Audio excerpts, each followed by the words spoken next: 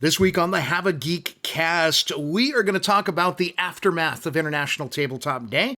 We're going to cover, Civil War. Captain America Civil War is just days away as of this recording. So we'll geek out a little bit on what we're looking forward to. The final X-Men Apocalypse trailer dropped, and the final couple seconds of the trailer are my favorite part of it, and we'll talk about why that is. And, of course, Supergirl. The finale episode is up and available for you to watch. Now the question is, are we going to get any more after this? All this and more on this week's Hava-Geek-Cast.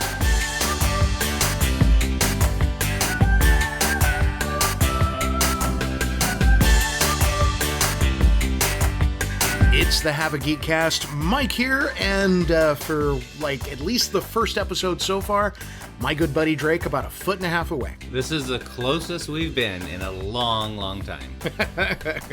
Normally there's a gap of about 65, 70 miles, but had to be in Lake Havasu City myself. Well, I came down for International Tabletop Day and hung out with some friends last night. Got a little bit of a hangover this morning. I won't lie to you. No wonder you're drinking coffee. But yeah, I got my magic morning juice here, so... Drake, man, I didn't get to spend as much time at Tabletop Day, but the 2 hours that I did get to spend were pretty great. Talk us through it. International Tabletop Day hit the world yesterday at, I would say, midnight 01. Went all 24 hours because it is worldwide. Havasu started at 10 a.m. We went all the way to 10 p.m., which is why I'm dragging today. Sure. There's only so many times you can judge and go talking before you go, I need a break. But it was great because this wasn't any fundraiser. This wasn't any real special event other than Hastings opened up their vault.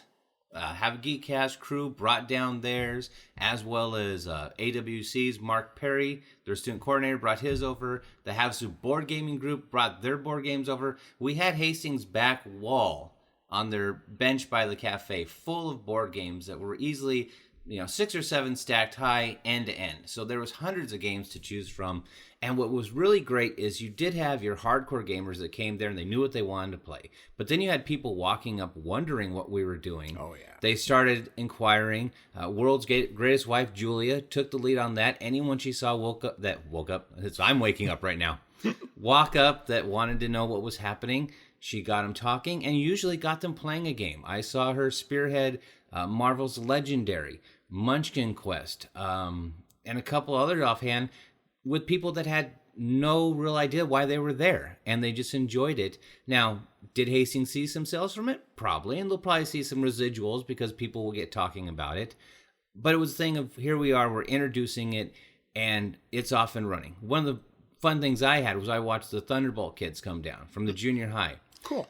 My daughter grabbed Batman Love Letters, which is kind of a clue-ish, end up with the highest point villain you have at the end of the hand. Game plays in about 5 minutes. Yeah.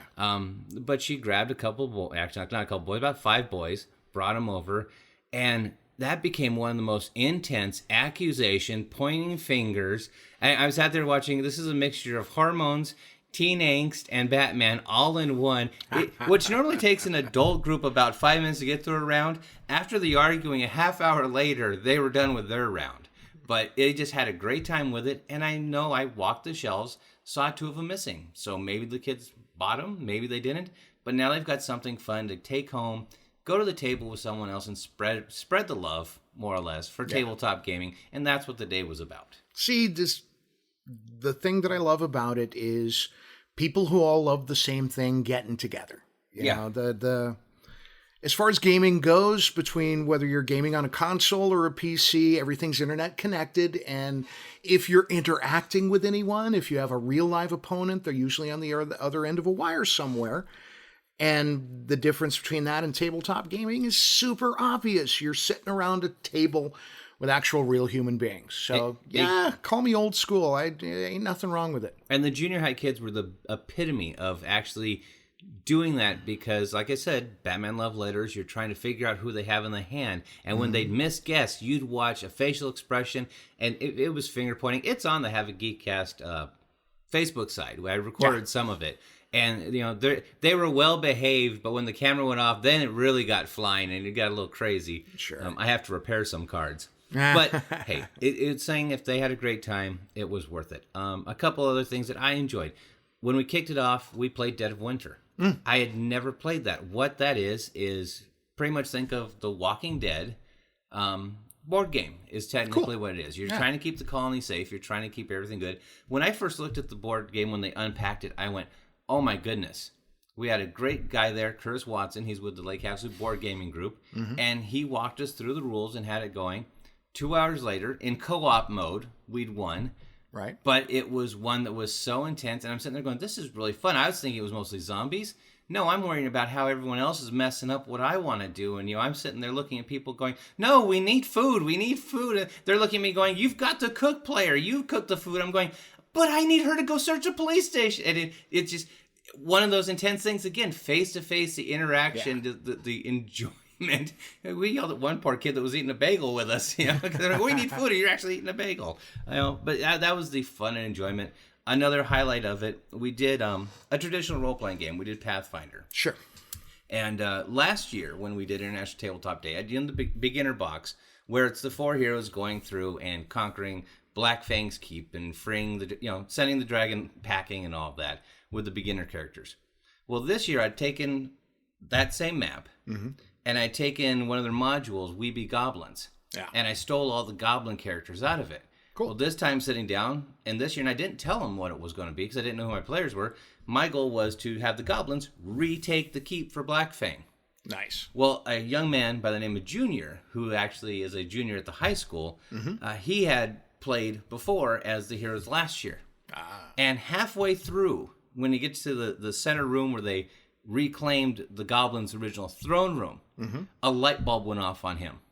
And he's sitting next to me and goes, oh, wait, this is the same thing as last year, but we're the bad guys now. And I went, yeah, and he's, oh my God. And he totally fangirls out about it and has this whole new aspect of what we're going to do in there. And he goes from hanging back to now, we have to get and I was just laughing because you just watched almost like Christmas for him.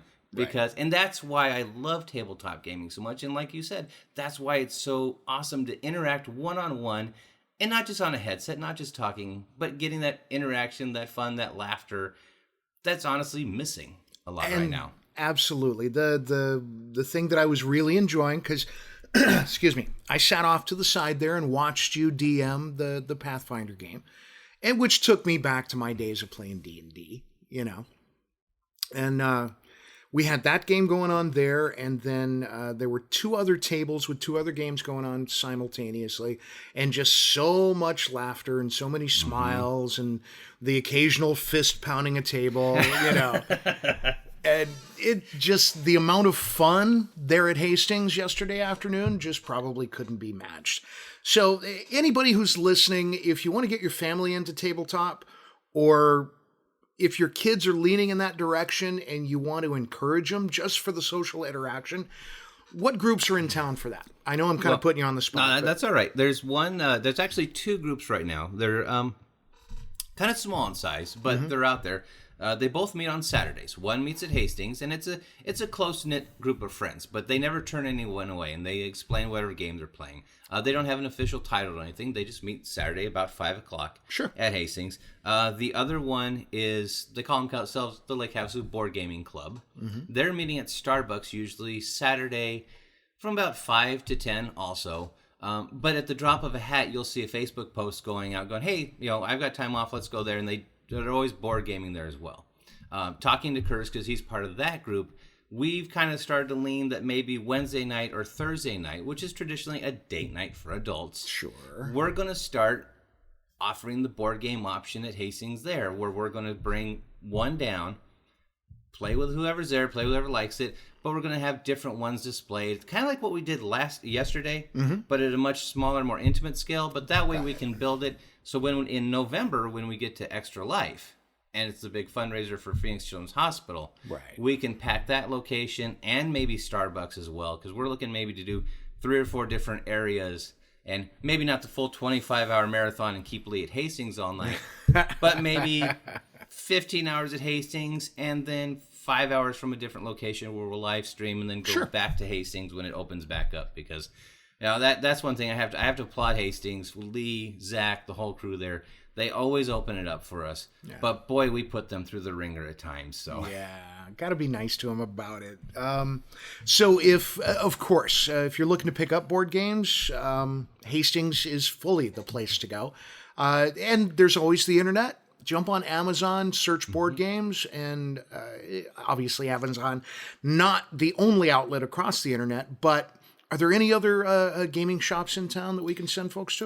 Not at the present. There's just Hastings, and then you've got Walmart, which Walmart's kind of expanding into the what's more called the designer games, but they still keep they're more your traditional Name Burst, Gestures, Monopoly. Sure. That kind of the mass market ones. Yeah. There is Outlaw Gaming in Golden Valley. Thank you. Golden Shores is somewhere else. Yeah. The Golden Valley. They're more Magic, the card game based, but I heard they do have some going on, and that's fine. Yeah. It's the fact that they're even a local shop at all is enough reason to stop by and say hi to the guys. So, but then there's also one, and it's a kind of a stretch, but Game Depot down in Tempe. Okay. They do service a lot of Hava-Geek clients. They don't mind if you contact them via Facebook or mail. If they've got something there, you purchase through them, they'll send it. So it's as close as we can get to a real local game shop. Right. But they are very, very nice and sweet to the Hava-Geek crowd and always willing to help us out, anything like that. And that's Dave and Patty out there. Really great people. Super cool. And anybody in the Hava-Geek area, if you know of an outlet that Drake and I didn't mention in this last 30 seconds or so, drop us a note on Facebook because we'd love to give it a shout out. And we'll shout you out too. Mm-hmm. So, all right, moving right along. Captain America Civil War. Less than... 5 days, 6 days away? 5 days away. Thursday away. Is the 7 o'clock is when Hastings. Sorry, still stuck there. Movies Hava-Geek is going to show it. Got it. Now, are we doing anything special for the opening? Nothing special this time. I'm just going to sit back. I'm going to be a fan. Attaboy. I'm going to sit back, enjoy it, take it in, be the first screening, and then geek out afterwards on Twitter and Facebook. So. Oh, yeah. So, we've both seen the final trailer for that multiple times. Since that point, there have been a couple of Spider-Man clips from the movie that have been released, all to kind of whet our appetites. And universally, everybody just can't wait for this thing. Nobody that's... Because there's still a lot of, you can't talk about it from everybody who's seen the movie so far, but it opened overseas this weekend. So if you don't mind spoilers and you want to get into it, it's easy enough to find references and reviews online starting pretty much today. Right. I'm going to avoid that until I see the movie. But, this one's going to kick off some stuff. And that's one thing I was reading today is a lot of people have said that this does set up for Spider-Man Homecoming, which is going to be his next movie as well. So this isn't just a one-shot. We dropped him in because we wanted to, rock the internet or rock the world. Right. Marvel Cinematic Universe proves that we've got a big long-term picture, and this is everyone's a little step to it. And I got to tell you, I have tried to avoid the clips, but you catch yourself still hitting the play button because you just want to take it all in. Oh, yeah. And I love that usually from clips, I can put a movie together in my head. This one, tons of action, but I'm still... Now, wait, is this a clip from the beginning, the middle, the end? Where's, and now we add Spider-Man into the mix and we get all those new clips. Now, we're looking for an action-packed, but also pretty intense movie, I think. Yeah, I'd agree with you there.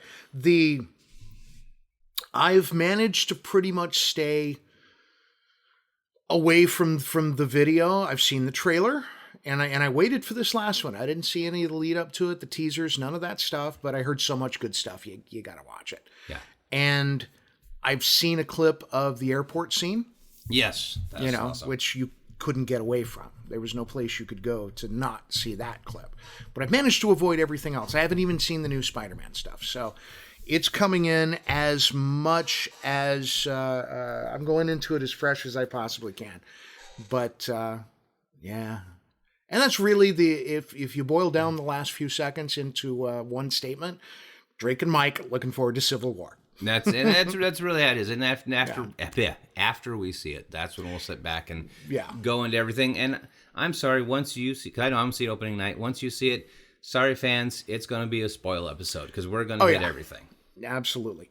So, couple trailers we're going to cover, one of which is animated, and both of us really, really excited about this because it's the R-rated animated version of the graphic novel Batman: The Killing Joke.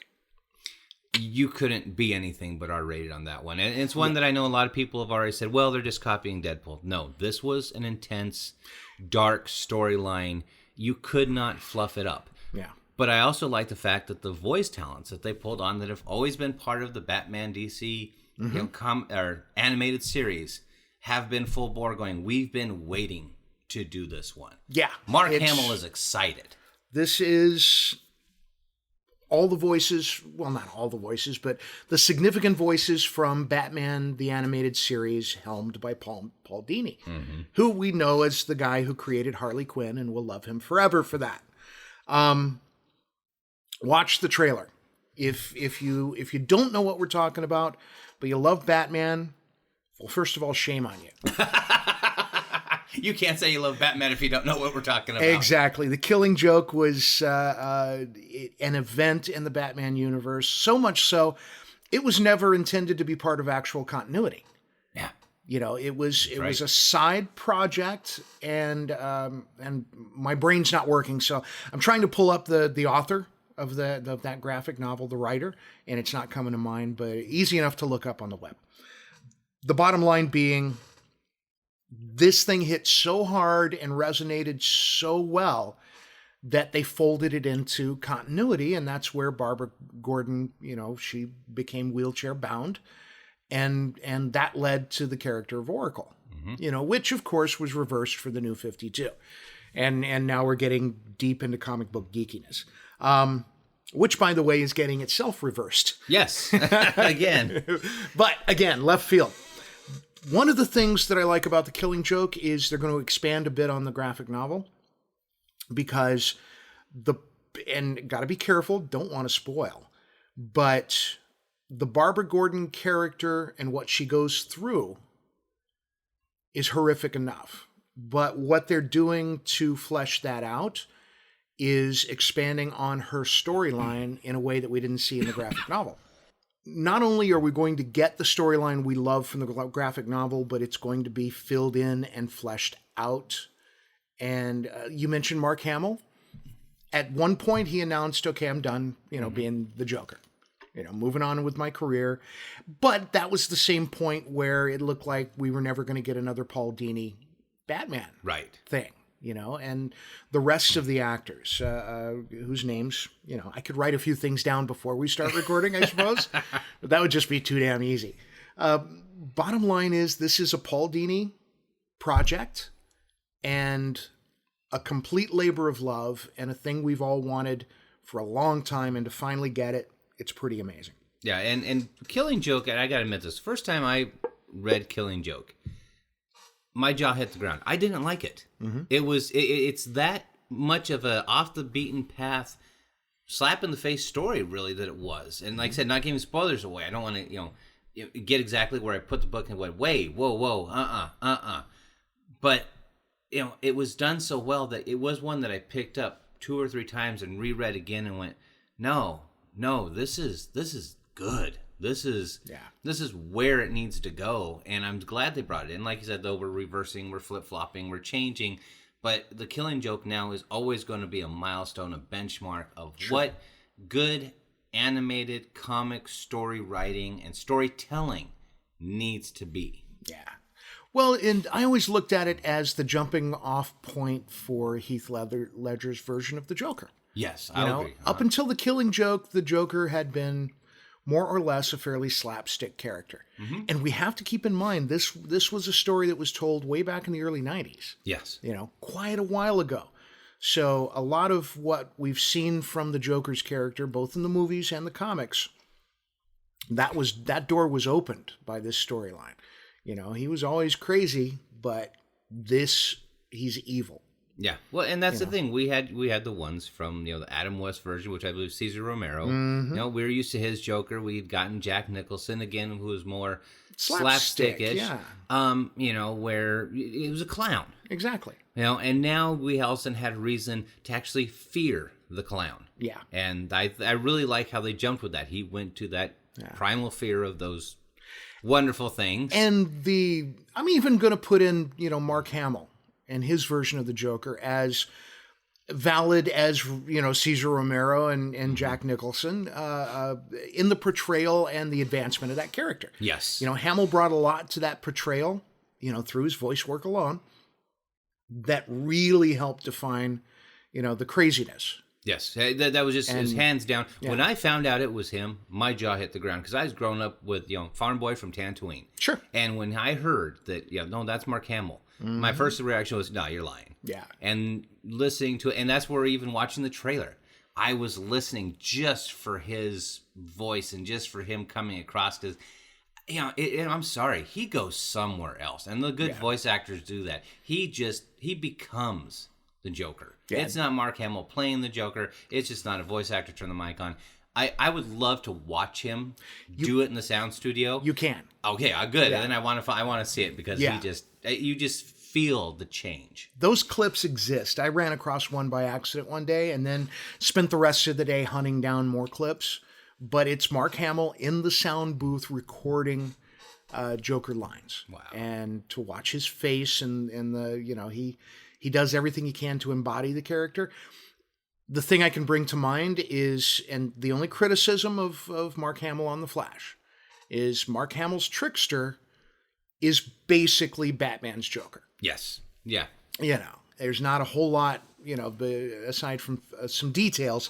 The portrayal of the two characters and the voice that he uses is really super similar. And but my thing is, I liked it. I liked it. No it was a head nod to, okay, well, this is me, or it gave me the alternate world feel, sure. Like the different universe. So I was okay with it because I did the same thing. I'm like, well, that's just a toned down, sugar-coated version of the Joker, and I liked it. Yeah, but it's the same portrayal that Mark Hamill did for the original '90s Flash. Mm-hmm. With the guy who's playing Barry's dad. Yeah, right now. So, who, by the way, is coming back in about a week. He is, and I'm still waiting for because I know we said we're going to talk about Flash. I want them to cross over to the realm to where he sees the likeness of his dad. I want that. A lot of people do. There's a concept out on the web right now called Crisis on Infinite Networks. And I'm not going to go into it because we could go on for days. I love the name. But all it means is Greg Berlanti, who the guys who is in charge of Flash, Arrow, Legends, and Supergirl, all the DC TV stuff that we're loving so much, pull in all the old actors who ever played old DC characters. Oh, I love that. And have them play alternate world versions of those characters on this show. And it goes on from there. So just Google the term Crisis on Infinite Networks. I know comic books can do an annual version of that, but you know what? You give me that on Sweeps Week, I am just floored. Yeah, there's nothing else that I'm watching that week. So make it cover all three shows and just go each one. I would be in for it. Got it. So staying in the DC universe, let's transition over to the Supergirl finale. I loved it because I love Supergirl. Not the best episode of the series. No, it wasn't. But really good, and I think it got Supergirl where they needed her to go by the end of this first season. Yeah. As a character, as far as her arc goes and where she stands and her development. It's just the plot line that they chose, her big bad villain, who turned out to be, Nom and Indigo there at the end. I hated that evil plan. It was a weak, evil plan. It was. It was, for me, it would have been a good setup for the evil plan, but a good first step towards something way more evil. Yeah, because I made the joke because I'm sitting here with the girls and we're watching it, and I turned to them and I said, "Wow, so technically they just made everyone's brainwave go to how you are on your phones." We're just mindless drones, still being productive, but not causing any of the problems. Yeah. And I just went, no, it lacked teeth, Well, that's the thing. And Now the head exploding option in the last 5 minutes. Sure. That was where my teeth were. Sure. But it's if you follow the season and that particular plot line closely, there are holes and criticism that we just don't need to go into. I still liked it as a wrap up to the season, and I like where it puts Supergirl. And not going to get into her situation very well, but it's very much a happy ending. Mm-hmm. If we don't get that second season, which I know we're going to, it just hasn't been announced yet for one reason or another. Right. And I fully think it's because a few people are negotiating some salaries behind the scenes. Could be. And they're not going to sign the papers until all of that gets worked out. And they know, okay, we're going to bring these actors back. We'll work with these directors. It's a business. Yeah. And I think that's what's holding up the announcement. But ratings weren't what they wanted them to be. People feel like they should have been better. And I think a lot of what could have been stronger in the first season will be stronger in the second season. I agree. And one thing is, like you said, it hasn't been officially said, and that's what's happening on the web right now. They're arguing left and right, back and forth. Is it coming back? Isn't coming back? When everyone saw the CW renewed all theirs, everyone assumed she was a part of it, and everyone had to point out, no, different place, different scenario. So, until I see season 2 and the start date, we're up in the air on it. Yeah. That's how we're going to have to be. It did have a nice little bow that they put on it, and a nice little teaser for, okay, here's what comes next, if it comes next. But what I also liked was, we have to say, this one also guest starred Superman's boots. Oh, yeah. In multiple scenes. And anytime we see a piece of cape or some boots, that always makes me kind of happy and mad at the same time. Yeah, well, and the thing, we kind of started joking as we were watching it with the girls because they started declaring red boots anytime we saw them. Sure. But then at the end there, the text exchange between the two of him kind of giving her the head nod. And I liked it because it kind of said, okay, well, now Clark can handle with things off-world a little bit more. They kind of set up for that of why you don't have 2 sets of red capes just stopping everything in the world. Right. He's got bigger fish to fry, which... easily could be dark side, all of that. It's a matter of just character development and the fact that Melissa, I need to find out how to pronounce Benoist. That can't possibly be right, but that's what I'm going with because that's how it's spelled. But as an actress, we've said it before, and I'll continue to say it every chance I get. Best possible choice for that character, as far as I'm concerned. I did like that. We had 3 Supergirls in the finale. Yes, yeah. Helen Slater, what's-her-face who played Indigo, who was the Smallville Supergirl. Right. And, of course, our girl Melissa. So there was a nice little Easter egg there. The fact that, and spoiler, jump ahead if you don't want to know something about next season, they're going to go find Dad. Right. So I like that he's out there somewhere, and I like the connection to where he's supposed to be, which is the place where in the comic books, Superman's clone who becomes Superboy is made. And maybe they'll adapt that storyline for Supergirl in some way. It's all very Cadmus. There's a Cadmus is what that organization is. Yeah, called. that's right. It just came to mind. There's a lot of strings they can pull. They've got a lot of threads out there that they can easily weave into the story. It's the question, which one's going to be now for season 2? There you go. But the biggest point the guy in charge says is that at the end of this episode, we see Supergirl in her full power. That kind of thing. And Melissa does great rage face. Yes. Anytime she's pounding down with the heat vision, that just looks great. Well, and I got to give a head nod to the special effects crew. The versions of the heat vision they do is 10 times better than anything that's ever been rolled out. Because I love the stress that actually is shown on the face. Yeah, the weird little eye vein thing that happens and all that. Instead of just a simple little that came out and that Clark always did, which I'm not going to never diss Christopher Reeves on it because that was 70s and 80s special effects. Sure. But this full-on face, it's heat vision. It's hot. It's intense. I've always looked at it and just gone, if anything, that's my favorite part of the show. Because that's just... Yeah. Based on what we see, it takes a little bit of effort to generate heat vision. Yeah, exactly. Yeah, you've got to pull it out. And I like the fact that we know that, and a head nod to the actors, you're just staring intently at each other. Yeah. And the fact that they rage at each other like that, that's got to be fun to film when they're doing it. Of 30 seconds of them looking at each other. Okay, cut. Yeah. It's actually probably a lot longer than that, and we never get to see that they've been at that with holding that facial expression for a full-on half an hour. I couldn't do it. No. So that's where they make the big bucks. That's why we're gonna have bloopers. Moving along to our final topic today, X-Men Apocalypse, just around the corner. And pretty much the development of the X-Men franchise is the only thing we like Fox doing these days. Mm-hmm.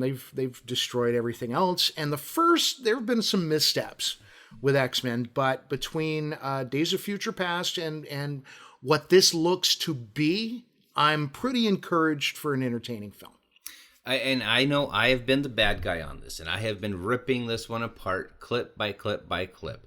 And I was sitting back on this last trailer, at the desk, feet up. Okay, let's see this one. Yep, seen that scene. Couple new ones of Angel. Mm-hmm. Okay, hey, we've got some teeth on Warren now. Sure. But those last 3 seconds, I literally again pulled the card of stop, Julia, get over here. Sabrina was home. Get over here. Come look at this. Watch this. Yeah. And they, everybody knows. We see some claws. Exactly. That's not a spoiler, because the second that happened, it's like, okay, the one thing that they refused to tell us, we now know. Mm-hmm. Wolverine's gonna be in the movie, even if it's just a cameo. Step in at the end of a scene to save the day, however you want to go with it. And some folks are geeking out over timeline stuff, because Days of Future Past blew up the old continuity with pretty much everything before First Class. Right. So this will set up the X-Men universe moving forward, and a lot of people, myself included, are really, really hoping that Fox and Sony and the Marvel characters that they own because of old agreements back when Marvel needed some ducats, mm-hmm. they cut the same kind of deals they're cutting for Spider-Man. Nobody seems worried about Deadpool. Deadpool seems to be in good hands. So nobody's going, give Deadpool back to Marvel beyond Deadpool and Spider-Man crossing over and Spider-Man and so-and-so crossing over, those obvious things. But the hopefully this movie will put that group of characters in a place where Marvel can then step in and fold them into the cinematic universe where they belong. Yeah, well, and they've actually planted the seeds for that, because in Deadpool, which we know everyone's seen by now, sure, that final battle, Marvel, because everyone said, that looks like a helicarrier they're fighting on. Yeah. But, and Marvel didn't act on it, because everyone was waiting to see, infringement, no. Well, they were very, very careful to never use the word helicarrier, and never use any of the logos. But the basic construction, all of that was deliberate as a tie-in to, are they or aren't they? Well, and that's the thing. Marvel kind of gave a partial head nod without committing and going, yeah, we know exactly what that is, and we're cool with it. Yeah. So now everyone's going, well, maybe Deadpool, because Deadpool was said that it wasn't part of the old X-Men universe. Yeah. Which makes me go, okay, maybe the door has been opened a little bit. Maybe, as you said, this is going to lead into, because, Infinity Gauntlet isn't pulling bunches. They said there's going to be 96 heroes in the Infinity Gauntlet Part 1 and Part 2. Yeah. Either Marvel Cinematic Universe is going to pull out a bunch, or we're going to pull in some X-Men. Yeah. And that's where I think we need it. Absolutely.